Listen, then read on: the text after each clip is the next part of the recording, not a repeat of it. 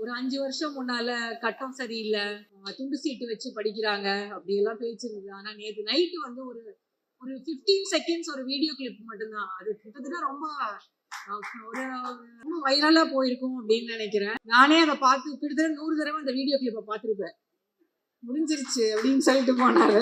ரொம்ப அந்த அந்த இமேஜை வந்து எப்படி சொல்றதுன்னு தெரியல. எங்களுக்கே அப்படி இருக்கு அப்படின்னா நீங்க எல்லாம் பார்த்தப்போ எவ்வளவு உங்களுக்கு எல்லாம் எவ்வளவு உத்வேகத்தை அது கொடுத்துருக்கோம் அப்படின்னு எனக்கு சொல்ல தெரியல. அனைவருக்கும் மாலை வணக்கம். நேர்மையின் தூண்கள் ஊடகம், நீதியை வளர்ப்பது திராவிடம். தலைப்பு ரொம்ப நல்லா இருக்கு. ஆனா எங்களை எல்லாம் சோஷியல் மீடியாவில் எப்போதுமே ட்ரோல் பண்ணுவாங்க. ஊடகவியலாளர்களுக்கு, எங்களை மாதிரி ஊடகவியலாளர்களுக்கு ஒரு பேர் வச்சு ட்ரோல் பண்ணுறது அது இப்போ ரொம்ப ரொம்ப காமன் ஆயிடுச்சு. ட்ரோல் பண்ணுறது எல்லாமே. அமைச்சர் நம்முடைய அமைச்சர் அவர்களுக்கும், பிரசன்னா அவர்களுக்கும், பருதி இளம் சுமதி அவர்களுக்கும் இங்கே அழைத்தமைக்கு நன்றி. இந்த இந்த நிகழ்ச்சியில் இது மாதிரி நான் இந்த கவர்மெண்ட் வந்ததுக்கப்புறம் கிட்டத்தட்ட 3வது முறை பேச வந்திருக்கேன் அப்படின்னு நினைக்கிறேன். வாய்ப்பு கொடுத்ததுக்கு ரொம்ப நன்றி. ஒரு 5 வருஷம் முன்னால கட்டம் சரியில்லை, துண்டு சீட்டு வச்சு படிக்கிறாங்க அப்படியெல்லாம் பேச்சு இருந்தது. ஆனா நேற்று நைட்டு வந்து ஒரு ஒரு 15 செகண்ட்ஸ் ஒரு வீடியோ கிளிப் மட்டும்தான். அது கிட்டத்தட்ட ரொம்ப ஒரு ரொம்ப வைரலா போயிருக்கும் அப்படின்னு நினைக்கிறேன். நானே அதை பார்த்து கிட்டத்தட்ட 100 தடவை அந்த வீடியோ கிளிப்பை பார்த்துருப்பேன். முடிஞ்சிருச்சு அப்படின்னு சொல்லிட்டு போனாரு. அது ரொம்ப அந்த அந்த இமேஜை வந்து எப்படி சொல்றதுன்னு தெரியல. எங்களுக்கே அப்படி இருக்கு அப்படின்னா நீங்களாம் பார்த்தப்போ உங்களுக்கெல்லாம் எவ்வளோ உத்வேகத்தை அது கொடுத்துருக்கோம் அப்படின்னு எனக்கு சொல்ல தெரியல.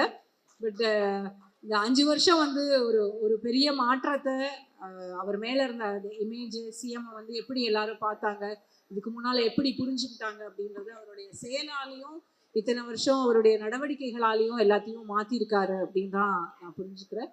மீடியாவை பொறுத்த வரைக்கும் நாங்கள் எல்லாருமே வழக்கமாக சொல்கிறது உண்டு, ஒரு 5 இயர்ஸ் ஒரு கவர்மெண்ட் இருந்துருச்சு அப்படின்னா எந்த கவர்மெண்ட்டாக இருந்தாலும் ஒரு ஆன்டி இன்கம்பன்சி இருக்கும். மக்கள் மத்தியில் ஒரு விதமான அதிருப்தி எல்லா பாக்கெட்ஸ்லேயும் இல்லை அப்படின்னாலும் சில இடங்களில் அதிருப்தி இருக்க தான் செய்யும். இப்போவும் அது மாதிரியான அதிருப்தி இருக்குது, இல்லைன்னெல்லாம் சொல்லிட முடியாது. பட் அது வந்து ஒரு நரேட்டிவாக மாறவே இல்லை.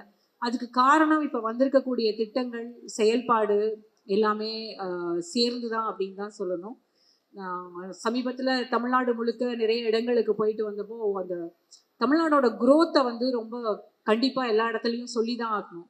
நம்ம ராம் சாரை கூட பேசும்போது சுட்டி காட்டி பேசினாங்க, நம்மளுடைய குரோத் வந்து 11.9%. இது வந்து நேஷ்னல் ஆவரேஜை விட அதிகம். உண்மைதான், நம்ம நேஷ்னல் ஆவரேஜை விட அதிகம் தான். இன்னும் சொல்ல போனால் நிறைய ஸ்மால் டவுன்ஸில், நான் காரைக்குடி மாதிரியான பகுதிகளில் இப்படி ஒரு ஐடி ஹப்பெல்லாம் வரும்லாம் எதிர்பார்க்கவே இல்லை. டைடல் நியோ, தூத்துக்குடி போனால் அங்கே வின் ஃபாஸ்ட்டு, அதுக்கப்புறம் இந்த பக்கம் ஹொசூர் வந்தால் கம்ப்ளீட்டாக அது வந்து ஈவிக்கான எக்கோசிஸ்டமாக, எலக்ட்ரானிக் வெஹிக்கிள்ஸ்க்கான எக்கோசிஸ்டமாக மாறிடுச்சு. எவ்வளோ ஜாப்ஸு, எவ்வளோ இண்டஸ்ட்ரீஸ், எல்லா பக்கமும் கம்ப்ளீட் ஒரு க்ரோத் ரேட் இருக்குது. இதுதான் ஒரு பக்கம். அப்படின்னா இன்னொரு பக்கம் நீங்கள் எங்களை ஆன்டி ஹிந்துனா சொல்கிறீங்க அப்படின்னு நம்முடைய அமைச்சர் வந்து அதுக்கு இருக்க எல்லா கோயிலுக்கும் கும்பாபிஷேகம் பண்ணியிருப்பாங்கன்னு நினைக்கிறேன். அது மாதிரி ஆன்டி ஹிந்து அப்படின்ற பிராண்டுக்குள்ளே நீங்கள் வந்து டிஎம்கேவை அடக்கவும் முடியாது. இந்த தமிழ்நாட்டில் இருக்கக்கூடியவர்கள் மெஜாரிட்டி வந்து ஹிந்துஸ் தான். அது நம்ம ஹிந்துக்கள் வாக்களித்து தான் எந்த திராவிட கட்சி ஆனாலும் ஆட்சிக்கு வந்திருக்காங்க. இது மாற்றவும் முடியாது. இந்த எல்லா நரேட்டிவையுமே இந்த 5 வருஷத்தில் நம்முடைய சிஎம் வந்து பிரேக் பண்ணிட்டாங்க. நான் சில பர்சனல் எக்ஸ்பீரியன்ஸ் அதை தொட்டு இங்கே பேசணும் அப்படின்னு நினைக்கிறேன். கடந்த முறை இதே மார்ச் 6-7 தேதிகளில் சிஎம் பற்றின ஒரு காஃபி டேபிள் புக் ஒன்று பண்ணோம் நாங்கள். அதுக்காக வந்து ரொம்ப கொஞ்சம் பர்சனல் இன்ட்ராக்ஷன்ஸ், அவரோட டெய்லி ஒரு 2-3 நாட்களுக்கு இன்ட்ராக்ஷன்ஸ் இருந்தது. மீடியான்ற முறையில் தான் அந்த பேச்சு இருந்தது. மார்னிங் வாக்கு ஒரு நாள் காலையில் 3.5 கிலோமீட்டருங்க. எனக்கு வந்து சிஎம்மோட பேச சொன்னாங்க, சிஎம் வந்து வேகமாக நடந்து வந்துடுவாங்க, நீங்கள் அப்படி வேகமாக நடப்பீங்களா அப்படின்னு. 35 நிமிஷம் தான். ராம் சார் டெய்லி அவர் கூட வாக்கிங் போகிறார், மார்னிங் வாக்கு. 35 நிமிஷம் தான், அவ்வளோ வேகமாக நடந்து முடிச்சார். என்னால் அவருடைய வேகத்துக்கு ஈடு கொடுக்கவே முடியல. எல்லாரும் சொன்னாங்க வந்து அவருக்கு ஹெல்த்து சரியில்லை, அவரால் கோப்பப் பண்ண முடியாது அப்படிலாம். அதெல்லாம் எதுவுமே கிடையாது. ரெண்டாவது, எந்த விஷயமா இருந்தாலும் அவருக்கு அவருடைய நாலேஜ் இல்லாமல் எதுவுமே தமிழ்நாட்டில் நடக்கிறது கிடையாதுன்றது தான் நான் புரிஞ்சுக்கிட்டது. அவ்வளோ வேகமாக நடந்து போனார். நடந்து போகும்போது வழியில் ஸ்பீட் பிரேக்கர்லாம் இருந்தது. உங்களால் நடக்க முடியலையா, வேணா நான் ஸ்லோவாக வரவா அப்படின்னு என்னை கேட்டார். ரொம்ப அவரோட வயசுல வந்து எனக்கு ஒரு பாதி வயசு தான் இருக்கும், ஆனால் அவரோட வேகத்துக்கு என்னால் ஈடு கொடுக்க முடியலையே அப்படின்னு தோணுச்சு. இன்னைக்கு காலையில் கூட பார்த்தேன், தஞ்சாவூர்ல இருந்தார் காலையில், மதியம் வந்து டிவியில் பார்க்குற திரும்ப ராஜ்யசபா நாமினேஷன்ஸ்க்காக இங்கே வந்துட்டாங்க. நம்ம வந்து காலையில் வேலைகளெல்லாம் நம்ம இன்னைக்கான டே பிளானை பண்ணும்போதே அவர் வந்து ஒரு 4-5 மீட்டிங்ஸ் முடிச்சு அடுத்தடுத்த வேலைகளுக்கு வந்துடுறாங்க. ஸோ இவ்வளோ ஃபாஸ்ட்டாக இயங்கக்கூடிய சிஎம் தமிழ்நாட்டுக்கு கிடச்சிருக்கிறது ரொம்ப நல்ல விஷயம் அப்படின்னு நினைக்கிறேன். எலெக்ஷன்ஸ் எப்படி இருக்கும்னு எல்லாருக்குமே தெரியும். ரொம்ப டஃப்பான ஒரு ஃபைட்டாக தான் இருக்க போகுது. ஏன்னா நிறைய நியூ பார்ட்டிஸும் ஃபீல்டில் இருக்காங்க.